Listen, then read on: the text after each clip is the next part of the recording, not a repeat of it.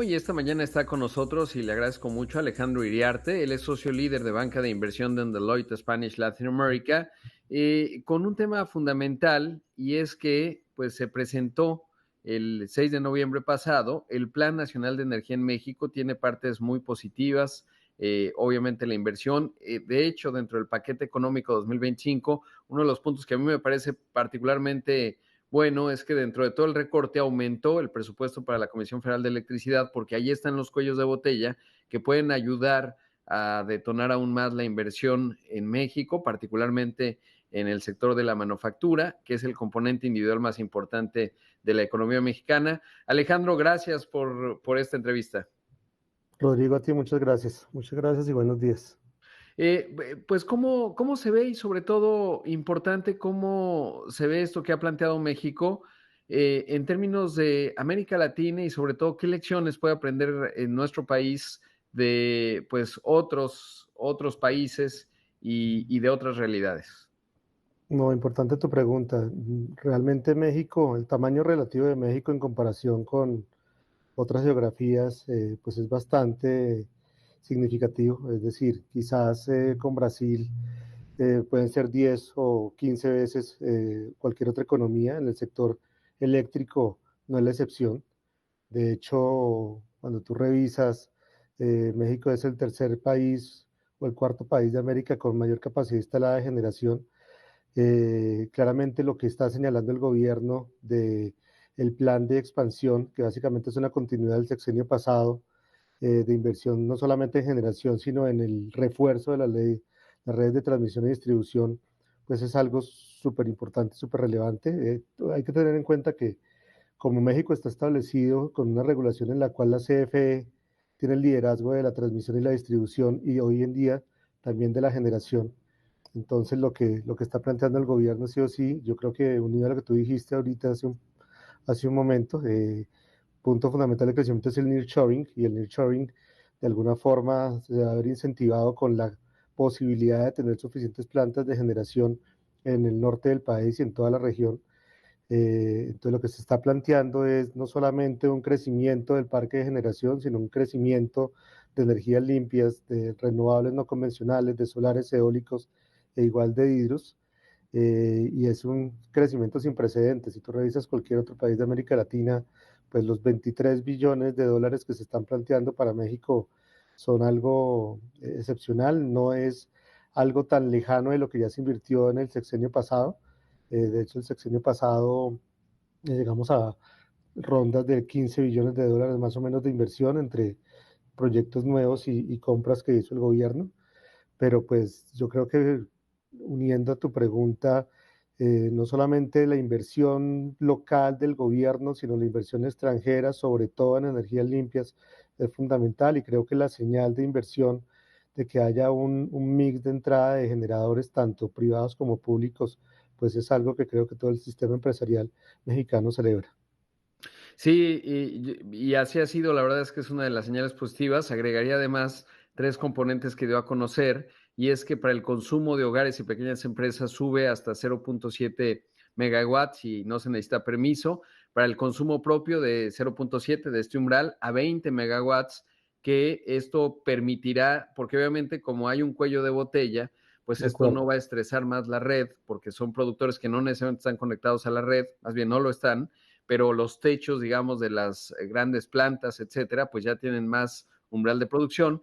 Y lo otro es que las empresas más grandes que requieren conectarse a la red, bueno, pues van a tener un pago más transparente, y han dicho, Alejandro, que van a tener ventanilla única, que eso es fundamental, porque en el sexenio de López Obrador, pues cambió la lógica, digamos, en términos de la participación del sector privado. Sigue siendo mayoritariamente el Mm. Estado, 54% versus 46%, pero pues eso también generó mucha aversión a la hora de invertir de parte del sector privado, y creo que eso cambie.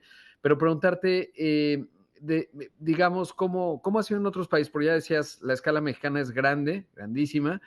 Obviamente Brasil, pues es un país que Mm. produce hidroenergía de manera importante, ahí tiene una enorme ventaja.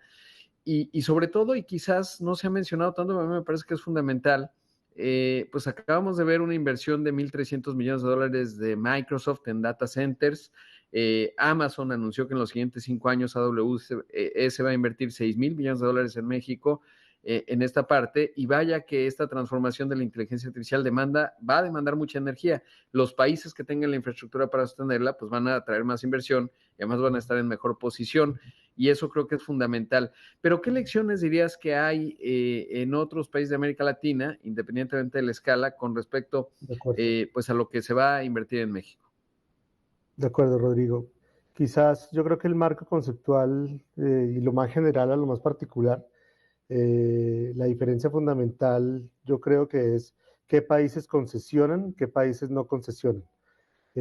Por ejemplo, Brasil es un país donde la transmisión, la distribución y la generación son concesionados, es decir, el Estado es el que define quién entra con unas reglas de juego y un contrato de concesión definido y finito en el tiempo. Lo mismo ocurre en Chile, lo mismo ocurre en Perú. En Colombia hay una ligera semejanza a lo que ocurre en México y que es una economía libre de mercado. Si tú llegas e inviertes en generación, es tu infraestructura, tú lo que tienes es conectarte a la CFE. Entonces, como la CFE tiene, digamos que la preponderancia, lo que creo es que le da mucha más flexibilidad de crecimiento a México, porque la CFE puede tomar la decisión de crecimiento, y eso acompasado con lo que tú dijiste, de que vaya un libre mercado mucho más flexible, donde puede entrar el inversionista a participar, a conectarse a la red. Entonces eso creo que genera mucha más eficiencia quizás que mientras en otros países tú tienes que sacar un proceso de convocatoria para que lleguen varios interesados a participar en un contrato de concesión, adjudicar ese contrato de concesión toma tiempo, es decir, perfectamente puede tomar un año adjudicar un contrato de concesión. Entonces quizás lo que yo resaltaría es que como está la estructura del Estado mexicano, como está la estructura del sector eléctrico, puede permitir que con este mix entre el tamaño de la CFE y la entrada al libre mercado, como dijiste tú, pues sea más flexible, más rápido y más eficiente de lo que puede ocurrir en otros países. Claro. Dale. Ahora, en México, según yo, la transmisión sí es pues un dominio específico de la Comisión Federal de Electricidad. A veces lo que falla es eso, ¿no? Por ejemplo, tienes zonas que podrían crecer, pero si no tienes la transmisión, que es cara, pues no lo puedes, y se tiene que amortizar, digamos, en el proyecto. Teníamos una estructura, pues en la reforma que se aprobó en 2014, que venían unas licitaciones de potencia, etcétera, para las renovables, es decir, que tuvieran este respaldo. Ahora se plantea que tendrán que tener 30% los temas renovables privados que se quieran conectar. Pero es interesante este contraste que marcas, porque por lo menos en la parte de producción, pues es más dinámico, tendría que serlo en México, con estos umbrales que han modificado, eso es positivo. Y preguntarte, en la parte de transmisión en Brasil y Chile, ¿lo concesionan? Es decir, ¿lo hacen privados? Sí, son privados mayoritariamente. Es parecido a lo que puede hacer la SENACE, que hay un plan de expansión de transmisión. Allá el gobierno brasileño y chileno saca ese plan de expansión, definen qué proyectos se deben ejecutar, un cronograma específico de cada proyecto, y básicamente se adjudica por el que ponga menor ingreso al año.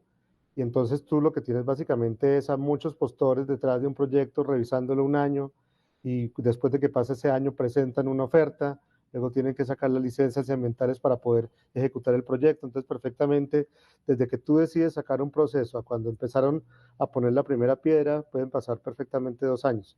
Entonces, eso es tal cual lo que te estoy contando, es como ocurre en Brasil, en Chile, en Perú incluso. En Colombia es un poquito diferente, pero sí, eso quizás lo que hace es que siempre hay un rezago. Está pasando en varias geografías de Sudamérica que tienen las plantas de generación, pero no tienen las líneas aún, porque se toma más tiempo tener la línea a veces que tener la planta de generación. Entonces, esa ineficiencia yo creo que con coordinación del Estado mexicano y la Comisión Federal de Electricidad, siendo digamos que el ente rector de la expansión de transmisión, pues eso puede acortar tiempos. Eso lo veo positivo. Claro. Alejandro, debo hacer un corte, pero te pido la bondad de tu tiempo para platicar de este tema que es fascinante, sobre todo, pues entender a México en el contexto de América Latina, que nos traes una visión muy fresca en uno de los temas que, pues, ha sido muy contencioso, lo fue en el pasado y ahora se ve relativamente positivo en México, vinculado al famoso nearshoring y a la capacidad de crecimiento. Pero regresamos. Esta mañana está con nosotros Alejandro Iriarte, él es socio líder de banca de inversión de Deloitte Spanish Latin America, y estamos hablando de pues el plan eléctrico que presentó México, una inversión grande de 23.400 millones de dólares en el sexenio, que arranca bien, sobre todo porque un presupuesto 2025 que viene con consolidación fiscal, con supuestos pues demasiado optimistas en mi opinión de crecimiento, pero que en la parte de la CFE pues le aumentan el presupuesto 10%, lo cual pues sin duda es positivo para cumplir con este componente que es resolver los cuellos de botella. Y Alejandro, te quiero preguntar si en algún país de América Latina la distribución, es decir, lo que consume pues tanto los consumidores finales como la industria, etcétera, está a cargo del sector privado. Según yo no, pero quiero saber cuál es ese panorama. De hecho, como la distribución es un monopolio natural local, es decir, Sí. imagínate lo que significaría volver a atender redes en toda Ciudad de México eh, para replicar lo que la red hoy en día cubre, pues es muy complejo. Entonces, originalmente todas las ciudades grandes tenían a la nación detrás o empresas de cada distrito o de cada municipio o de cada estado o nacionales. Con el correr de los años lo que ha pasado es que ha habido privatizaciones de esas distribuidoras y entonces hoy en día cuando tú tomas una fotografía, por ejemplo en Latinoamérica, sacando a México, la gran mayoría ya son privadas. La operación básicamente la hacen operadores italianos o chinos o americanos con fondos de inversión. Eh, Eso es importante y relevante porque quizás la gran excepción de una distribución mayoritariamente pública en la región es definitivamente en México. Y, Si tú, dale. ¿Y cuál ha sido la experiencia? Porque obviamente lo que tenemos visible en México, sobre todo, pues es el ejemplo de California en Estados Unidos, ¿no? Que de Mm, repente tenían apagones, les suben mucho la mm, luz. Ahí el Estado mexicano, el gobierno, puede controlar, digamos, ese precio. De hecho, en México el mm, consumo doméstico está vaya que subsidiado, mm. pero bueno, pues tiene una función social. ¿Cuál ha sido la experiencia en América Latina? Lo que usualmente ha pasado, Rodrigo, y disculpa que te interrumpí, eh, es que las empresas no eran eficientes cuando eran del Estado. En ese momento, en esos países no eran eficientes, no tenían capacidad de inversión, entonces no podías, digamos que llegar a todos los usuarios que tenías que llegar y la energía que entraba al sistema era diferente a la energía que salía. Haz de cuenta que se entraban 100 kilovatios horas, salían al sistema solamente 70.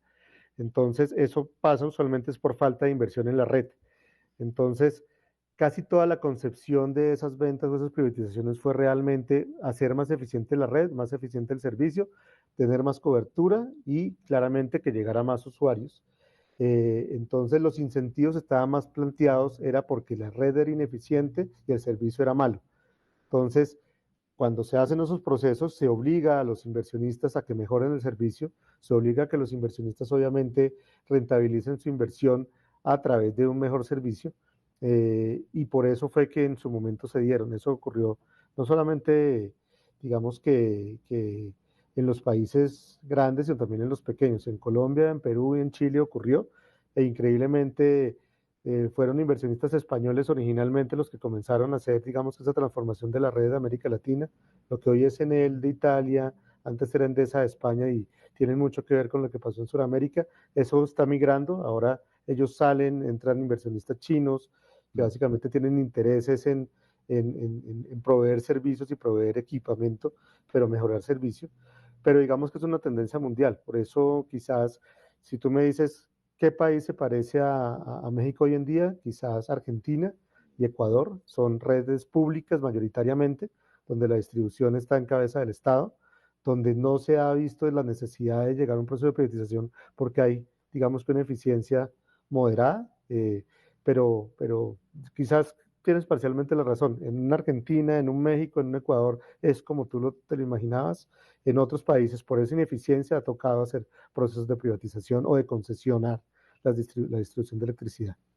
Es fascinante, sobre todo porque, bueno, siendo América Latina me puedo imaginar, pero te lo planteo un poco, que cuando hemos vivido en México procesos de privatización, pues es positivo porque Mm, sí creo que las fuerzas del mercado son mucho más eficientes, sobre todo en la obesidad que a veces puede tener el Estado y sobre todo las burocracias y los incentivos, pero por otro lado, pues luego no es del todo transparente, ¿no? Es decir, al finalmente no correcto. gana el que ofrece el mejor precio, sino a veces segura, casi puedo asegurar que habrá habido en distintos países momentos de escándalo, etcétera. ¿Y cómo se ha comportado con el precio? Porque es un tema sensible, ¿no? Si, por ejemplo, lo vimos en California, que es pues uno de los países más prósperos, y dentro de Estados Unidos, California es uno de los estados más prósperos, y había quejas, ¿no? Porque pues la electricidad pues es como el agua, es una necesidad básica, y si el precio se ajusta de acuerdo a la oferta y la demanda, o si la empresa quiere aumentar márgenes y entonces eso aumenta el precio hasta donde pueda el cliente, pues va a generar quejas sociales importantes. ¿Cómo ha sido esa experiencia? Y sobre todo porque contrafactualmente en México no lo estamos planteando, por supuesto, pero es interesante ver ventajas y desventajas, ¿no? Claro, no, la distribución, de hecho, hay tres esquemas regulatorios en distribución, y es que tú puedes poner una tarifa techo, que es mucho lo que es básicamente lo que pasa en México. Puedes poner un ingreso techo, que es que tú le entregas al distribuidor un ingreso definido independiente de energía que pase por la red.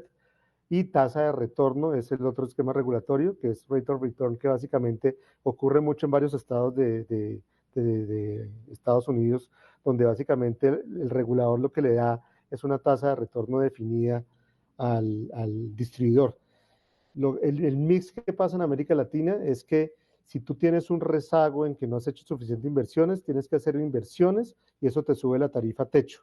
Pero usualmente cuando hay subsidios, que es lo que tú estás mencionando, entonces se hace esa inversión, pero la tarifa techo no sube.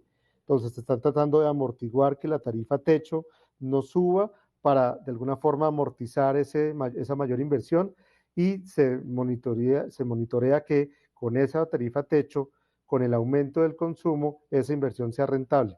Entonces, siendo más sencilla la respuesta, si el esquema regulatorio es que tú no mueves la tarifa y sigues haciendo inversiones, apostándole a que el consumo aumenta para que esa tarifa techo, por una mayor cantidad de volumen o mayor demanda, aumente el ingreso. Entonces eso es lo que yo siento que el Estado mexicano hace cuando trata de no subir las tarifas, es tratar de amortiguar que con lo que ya está recibiendo va a tener un aumento en el volumen, el precio sigue siendo el mismo, y no le sube la tarifa real a los usuarios. En otros países lo que toca hacer usualmente es que, como esas inversiones las hace un privado y el privado necesita que se le rentabilice esa inversión, entonces la tarifa techo sube. En el esquema regulatorio, por ejemplo, en varios países ya no es que la tarifa techo sube, sino que el ingreso completo sube. Es decir, el P no sube, sino todo el P por Q. Entonces, yo creo que lo que ha facilitado que no ocurran cambios dramáticos en México es que la regulación ha sido la misma en todos estos años, y como la CFE es tan grande, ha tratado de amortiguar esos crecimientos con todo el tamaño relativo que tiene, sabiendo que si aumenta el consumo, cobra más sin que eso suba la tarifa. Y es fascinante porque en la parte negativa, de repente, acá en México, en un estado, Tabasco, pues la presión político-electoral pues llevó a que le hicieran condonación a todo el estado, ¿no? Y luego, pues la eficiencia de una empresa del estado hace más difícil lo que acá en México conocemos como diablitos, es decir, personas que se conectan a la red pues sin pagar, ¿no? Y eso, ¿quién lo subsidia? Pues todos, porque finalmente es dinero público.